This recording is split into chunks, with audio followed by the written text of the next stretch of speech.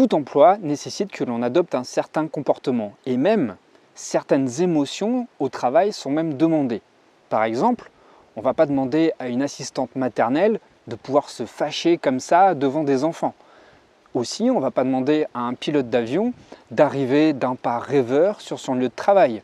Et puis on ne va pas demander non plus à un policier de dire bonjour gaiement à un terroriste. Il arrive même que l'on soit payé pour exprimer certaines émotions. Par exemple, un commercial, on va lui demander d'être optimiste, on va le payer pour ça. Un responsable de licenciement, on va le choisir parce que ça va être une personne qui a la capacité de licencier des gens sans exprimer, sans ressentir la moindre culpabilité. Là où ça peut devenir compliqué pour une personne hypersensible dans le milieu du travail, c'est qu'au travail, on ne vous demande pas d'exprimer les émotions que vous ressentez. Et très souvent, les émotions que l'on ressent, ce ne sont pas les émotions qui sont requises dans le monde du travail. Alors certes, les émotions que vous ressentez, ce sont des émotions qui vous appartiennent, c'est des émotions qui sont propres à vous, mais dans le monde du travail, où la valeur travail et la valeur pénibilité est reconnue comme gage de réussite, eh bien évidemment, il y a un gap entre les émotions qu'on doit exprimer au travail et les émotions que vous ressentez au plus profond de vous. Quand on débute un nouveau poste, quand on débute un tout nouveau travail, on peut être animé par une sorte d'excitation et d'enthousiasme. Et tout ça peut donner lieu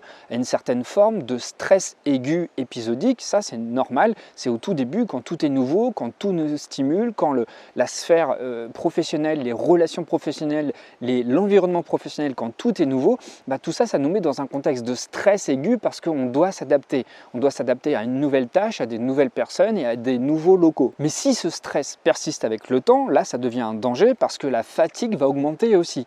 Et on va passer d'un stress aigu épisodique à un stress qui va devenir chronique. Et là, ça peut devenir dangereux, notamment pour les personnes qui sont très sensibles, qui ont du mal à digérer les émotions fortes, parce que dès qu'on parle de stress chronique, on peut évoquer le terme de maladie chronique. Et quand on parle de glissement vers un stress chronique, là évidemment, le travail commence sérieusement à peser sur les épaules de la personne sensible qui éprouve des émotions qui ne sont pas du tout concordantes avec son milieu de travail. À chaque fois que les émotions que vous êtes censé apporter au travail ne correspondent pas avec les émotions qui vous sont intimement liées, vous êtes en dissonance totale. Et par conséquent, vous n'êtes pas du tout en phase avec vous-même sur votre lieu de travail. Quand cela se produit, vous et votre emploi ne s'accordent plus du tout. Donc, comme je l'ai dit, votre stress aigu va glisser vers un stress chronique.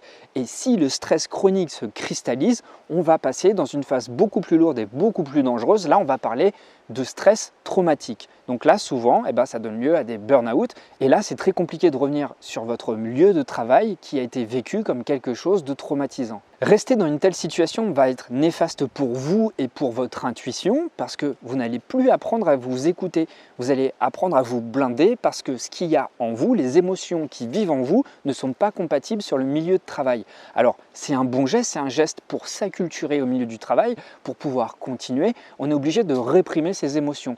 Mais à force de faire cela, notre niveau d'intuition baisse puisqu'on n'apprend plus à s'écouter, on n'arrive plus à se servir de notre propre radar social. Ce radar social, ce sont l'écoute de nos émotions qui nous permettent de ressentir les gens, qui nous permettent de ressentir le travail qui nous est donné, savoir si on est capable, on n'est pas capable, savoir quelle dose d'énergie on va devoir mettre dans ce travail parce qu'il est peut-être au-delà de nos compétences.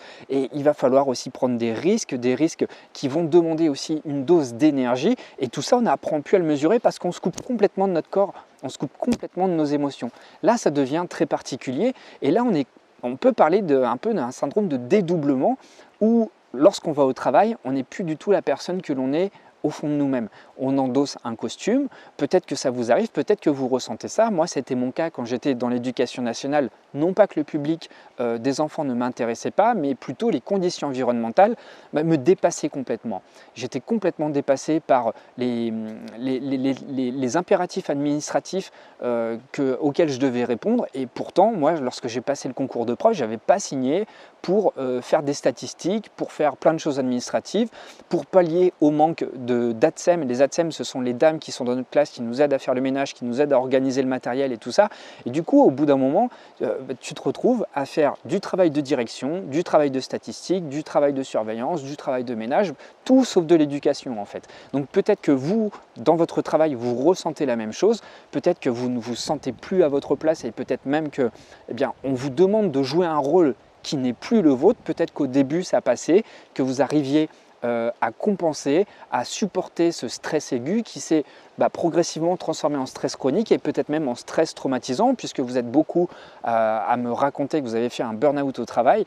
Ce n'est pas étonnant en fait. Vous avez pendant de trop longues années, pendant trop longtemps, vous avez endossé un rôle, vous avez joué un rôle qui ne correspond pas à votre personnalité et vous avez surtout réprimé vos émotions. Donc ce qui est important de faire à ce moment-là, c'est de vraiment reprendre contact avec ces émotions, apprendre à les relégitimer, apprendre à leur redonner de la place, apprendre à les écouter et apprendre à se vider, apprendre à déverser tout ce qu'on a sur le cœur et tout ce qu'on a dans le ventre en tout cas, et savoir vraiment recréer une certaine zone d'intimité avec ces émotions. Et ça, c'est quelque chose qui est de plus en plus compliqué parce qu'on se coupe et on nous fait comprendre que le maillon faible, c'est soi. Le maillon faible, c'est soi dans le contexte où on travaille dans un milieu qui n'est pas le sien. Évidemment, on ne va pas demander à un poisson de grimper un arbre. Il va être complètement incapable de faire ça. Peut-être que c'est le schéma que vous avez ressenti.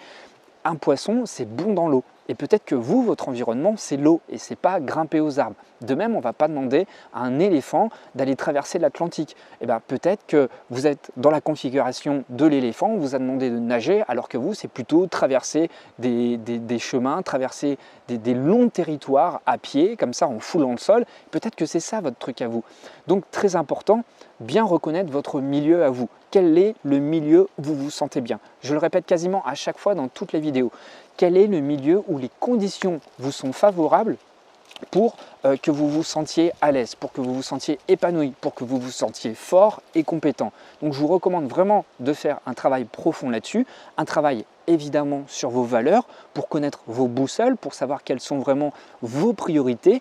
Et en connaissant vos priorités, vous allez savoir dire non. Vous allez savoir dire non à tel type de travail, non à tel type de lieu géographique, non à tel type d'environnement, non à tel type d'activité, non à tel type de personnalité aussi. On peut être hermétique à des personnes et c'est ok, c'est pas un manque d'ouverture, c'est juste un problème de compatibilité. Et si vous êtes on va dire allergique à la culture d'entreprise parce que trop froide, parce que trop éloignée de vos idéaux à vous, de vos centres d'intérêt, de votre manière d'interagir, si vous vous forcez à aller dans ce milieu-là, parce que oui, il faut gagner de la thune, je le sais, mais sur du long terme, ça ne va jamais marcher. Sur le plan de votre santé, ça ne va jamais marcher. Sur le plan social, ça ne va jamais marcher non plus. Alors qu'on arrête de dire que c'est l'argent qui doit être la priorité de tout, qu'il faut alimenter la machine et obéir aveuglément à un mode de travail qui ne respecte plus l'humain.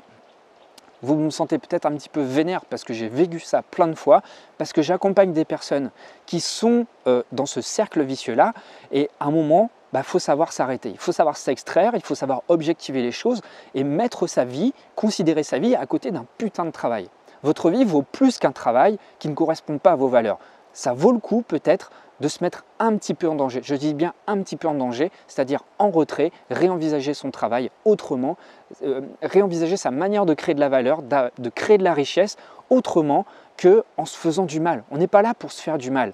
Et même si la période est difficile, même si on vit un contexte de crise, ce n'est pas une raison pour se dire il y en a qui crèvent de faim dans des pays du tiers-monde, il y en a qui sont immigrés, qui n'ont pas de papier et qui doivent faire des shit jobs. Ok, je suis d'accord avec ça. Mais est-ce que en s'infligeant un travail qui vous détruit la santé, qui vous détruit votre morale, qui vous détruit tout, est-ce que ça va améliorer le reste du monde? Pas du tout. Alors qu'on arrête de vouloir se sacrifier, qu'on arrête d'être dans ce culte-là de souffrir pour gagner l'estime des autres, pour gagner la reconnaissance d'une boîte, d'un patron, du personnel, on s'en fout. Ce qui est important, c'est que vous vous sentez bien. Donc je compte sur vous pour que vous fassiez cet effort d'objectivation de votre situation et que vraiment vous puissiez comparer la valeur de votre vie avec la valeur de ce putain de travail qui peut parfois vous pourrir la vie. Donc réfléchissez bien. Et si vous souhaitez qu'on en discute, il y a les coachings qui sont faits pour ça, c'est le premier lien dans la description. Si vous souhaitez aussi mieux travailler votre affirmation, j'ai fait une formation il y a quelques mois sur comment passer d'un homme inhibé à un homme affirmé. Ça va vous permettre d'affirmer votre valeur, d'affirmer qui vous êtes, de pouvoir en tout cas vous exprimer et consolider votre assise sociale beaucoup plus fortement. Et si vous souhaitez également travailler sur la gestion de vos émotions, c'est le troisième lien dans la description de la vidéo. Vous pourrez travailler en autonomie sur le sens de vos émotions et connaître les besoins cachés derrière chaque émotion. Et comme ça, vous connaîtrez plus facilement vos boussoles intérieures. Donc merci beaucoup d'avoir suivi cette vidéo toujours au cœur de l'Ardèche. Je suis super bien là où je suis. Je vais bientôt rentrer sur Arras, dans ma ville. Donc vous allez revoir les vidéos dans mon contexte routinier avant de repartir une prochaine fois. Je ne sais pas où encore, mais en tout cas, c'est sûr que je vais repartir puisque, comme je vous l'ai dit, j'ai fait ce travail sur mes valeurs. Et l'une de mes valeurs principales, pour ne pas dire la première, c'est la liberté. Et quand je ne suis pas libre de mes mouvements, quand je ne suis pas libre géographiquement, je suis triste, je ne suis pas bien. Donc, c'est bien d'alterner appartement, voyage, appartement, voyage. Voilà, c'était tout pour cette vidéo. Je vous remercie de m'avoir suivi. Je vous remercie aussi énormément de communiquer avec moi dans les commentaires, de liker la vidéo et de la partager à votre entourage s'il y a des personnes qui sont sensibles à ce sujet-là. Moi, je vous dis à très vite et surtout, portez-vous bien.